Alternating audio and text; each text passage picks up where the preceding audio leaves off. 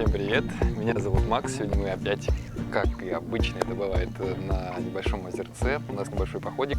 Сегодня я хотел бы рассказать об этом большом парне вам. У меня есть буквально несколько минут, пока Ира с Тимохой, точнее, пока Тимоха решил прилечь поспать. Итак, это будет обзор про рюкзак Osprey Isar 70, или же это просто называется Osprey Эфир. Я выбрал этот рюкзак, потому что в определенный момент именно весь вес нужно было носить мне. Хочу рассказать про этот рюкзак определенными темами. Первая тема – это комфорт этого рюкзака. Это рамный рюкзак, это достаточно большой рюкзак. Предназначен он именно для того, чтобы носить большие веса. То есть, если вы какой-нибудь трухайкер, то нужно присмотреться однозначно к другому рюкзаку, потому что этот монстр создан для того, чтобы носить большой вес. Большой, от 20 килограмм. Я, в принципе, с ним ходил где-то в районе до 25 килограмм, больше, если честно, его не нагружал, потому что в 70 литров, сложновато, если только не камни нагрузить.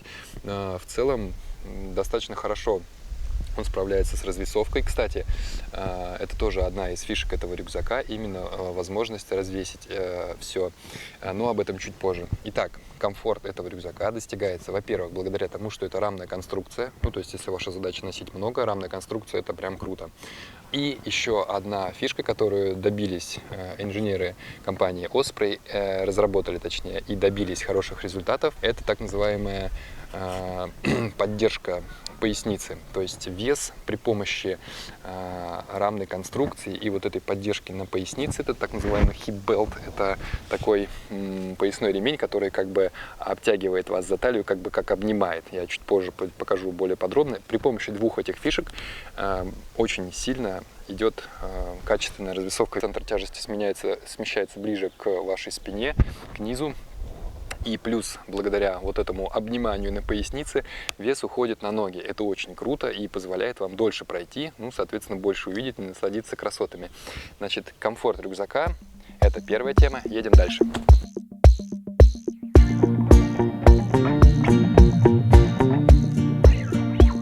Теперь давайте подробнее остановимся на спине. Именно благодаря этой спине и системе развесовки и вообще устройству лямок и спины и вот этого вот поясного ремня этот рюкзак и завоевал столько популярности. Значит, что из себя представляет, в принципе, эта система, так сказать, навешивания на вас? В общем-то, как и в любом другом рюкзаке, это лямки и пояс. Но пояс здесь сделан достаточно хитро. Вот вы можете увидеть, что пояс со спины прямо переходит на лямки. И лямки достаточно жесткие. Лямки жесткие и подстраиваются под ваш торс. Сделано это для того, чтобы увести вес на ноги. То есть ноги у нас на ногах у нас самые мощные мышцы. И, в общем-то, в этом есть логика убрать вес туда. Значит, что касается потения спины. Я на самом деле должен сказать, что нету такого, наверное, рюкзака, который полностью уберет пот с вашей спины, но этот рюкзак очень-очень хорошо справляется. Дальше здесь видно, как выполнена вот это вот непосредственно лямка, вот этот вот ремень, который вас обхватывает, поясной ремень, hip belt. И, кстати, он снимается. И, кстати, его можно поменять на другой. Так, по крайней мере, написано в зарубежных изданиях, что вы можете... Этот рюкзак идет в 3 исполнениях, S, M и L, и в разном литраже. И вы можете, например, взять, условно, если вы покупаете такой рюкзак себе и жене, у вас, допустим, L-ка, а жене вы можете взять более широкий вариант вот этого вот поясного ремня и поставить, допустим, на S-ку. В принципе, кастомизация. Не знаю, пойдут ли ритейлеры российские на такой вариант, но... Тем не менее, это возможно. И повторюсь, вот этот хип-белт можно снять, там, в принципе, как минимум можно помыть. То есть это достаточно прикольно, я у других рюкзаков такого не видел. А лямки чуть-чуть бы я хотел пошире, но, в принципе, достаточно хорошие, удобные лямки. Здесь, как обычно, есть дополнительные такие крепления, что-то можно подтянуть вот на этих лямках. И есть лямка посередине со свистком, стандартная уже штука, по сути. Также на лямках есть возможность закрепления палок, так называемые stow on the go. И на этом же рюкзаке есть возможность закрепления ледорубов, но об этом попозже. Спина регулируемая, регулировка происходит при помощи Сейчас попробуем заглянуть чуть-чуть внутрь. Ну, вот так вот осуществляется регулировка. Здесь есть несколько рисок. Вы можете посмотреть на сайте Osprey. Есть достаточно неплохие таблицы, которые позволяют вам, измерив вашу спину, подобрать правильный размер по рюкзаку. Также хочу сказать, что на ремне расположены еще кармашки. Итак, давайте теперь посмотрим, какие кармашки и что можно навесить. Поехали! В рюкзаке очень много разных карманов и утяжек. Вот как вы можете видеть здесь, как минимум есть уже вариант. Я сюда кладу терморест. Это первые, скажем так, кармашки, которые идут у нас в рюкзаке. Вот здесь вот у меня прикрепляется терморест, и, в общем-то, очень удобно.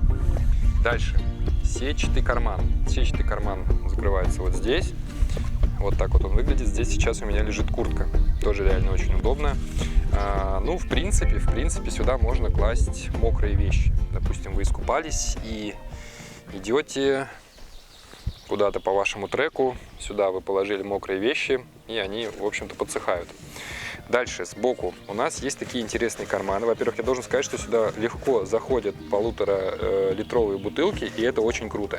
И достать эти 1,5-литровые бутылки можно с двух сторон. Значит, этот карман вот здесь можно вот эту лямку увести внутрь.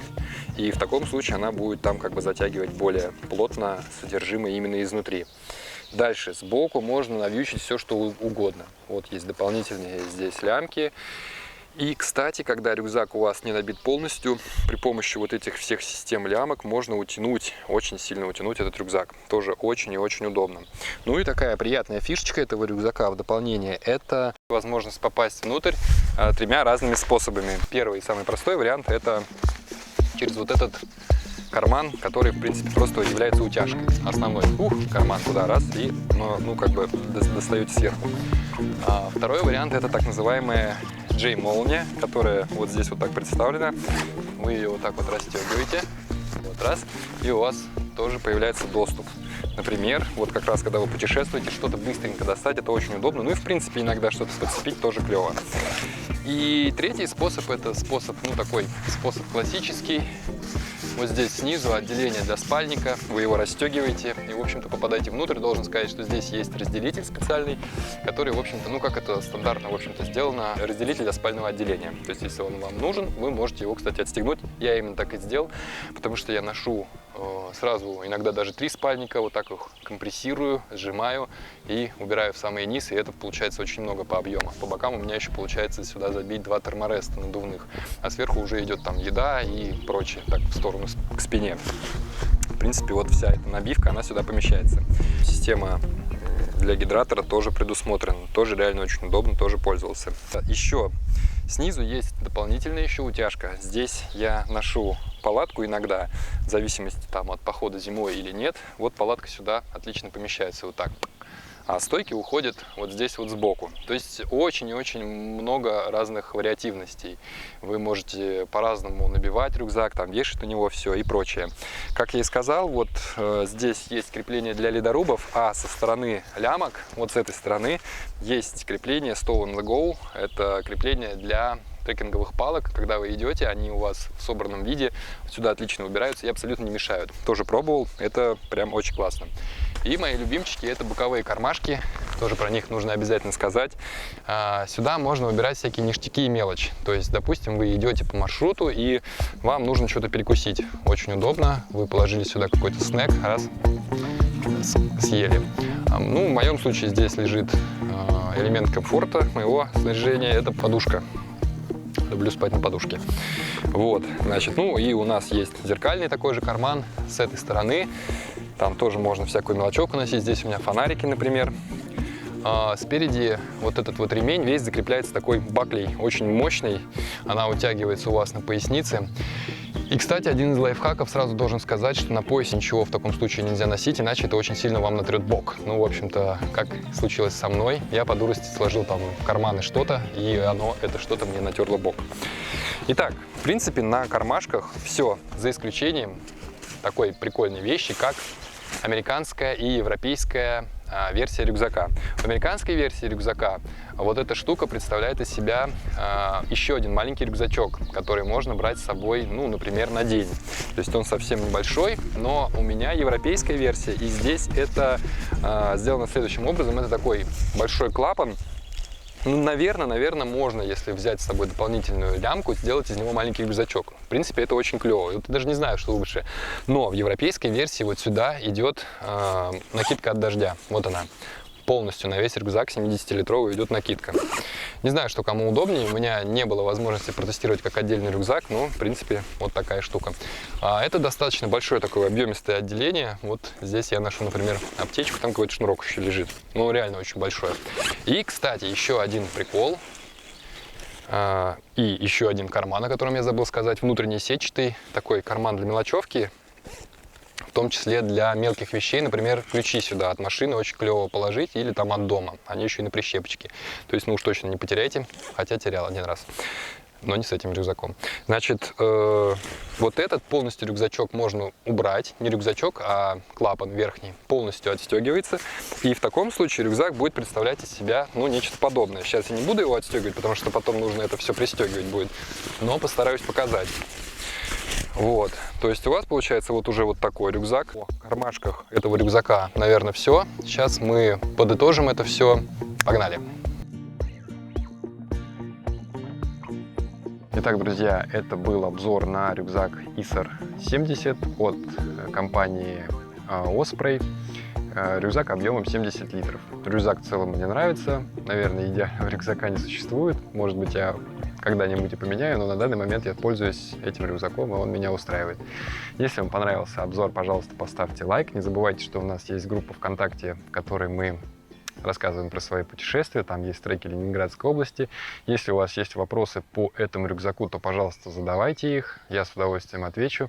Если что-то подзабыл, пожалуйста, напишите мне в комментариях, что. Если кто-то ходит с этим рюкзаком, и у него есть какие-то плюсы и минусы, о которых он хочет рассказать, тоже, пожалуйста, напишите внизу про ваш опыт. Сверху, не забывайте, будет ссылка про мои обзоры на другое снаряжение. Все, спасибо за просмотр, пока!